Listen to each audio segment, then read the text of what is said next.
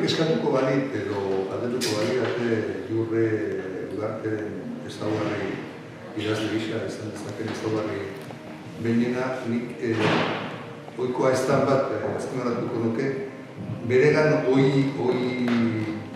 bezala baino asko zede modu sakonean gertatzen delako edo ematen delako zen. Eta da, zorroztasun narratiboa.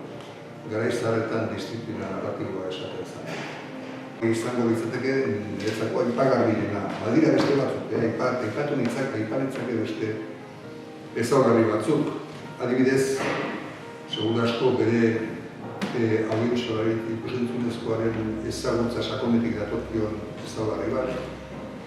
Maisu bada, pertsonaiak diseinatzen, perfilatzen, eta pertsonaiak agertokian zirkularazteko garaia, mugitzeko garaia.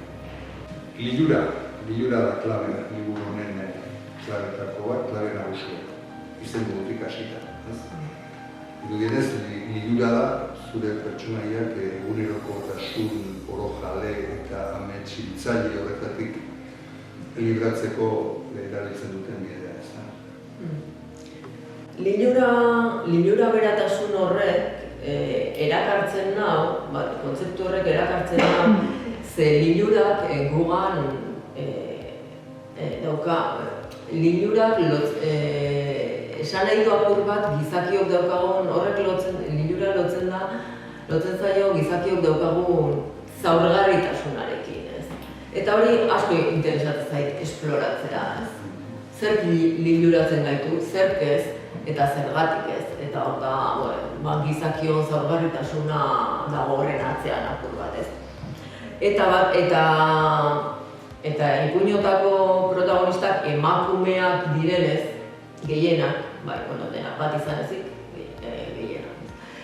Lilurak emakume hongan ezaugarri zehatz batzuk hartzen ditu. Eta emakume horiek artistak edo sortzaileak direnez, are gehiago ez. Orduan, mundu horretan murgiltzen, lilurapean dabiltzan pertsonaiak dira azkenean, ez? Edo ibili zidan, eta gaur egun ez dabiltza, baina horri buruzko kontakizuna egiten dute ez. Nik hortaz hitz egitea nahi nire pixka bat, nola jarri zen duen, zergatik jarri zen duen zure buruari erronka hori, eta ze planteamendu gure garabera ateratzen aurrera. Puntua da, esaten dezunen arrisku bat dela fikziozko bilduma batean kronika bat sartzea, ez. Arrisku bat, baina azken finean literatura eta arriskua, artea eta arriskua eskutik doaz, esan nahi. Arriskuak bi aldetatik daude, ez? Arrisku literarioa, horri zuriaren aurrean idaztea jartzen den eta duzun hori kronika hori idazterakoan hartzen duzun arrisku literarioa, baina arrisku literarioa beti dago. Etzat batera doaz, ez dut inoiz.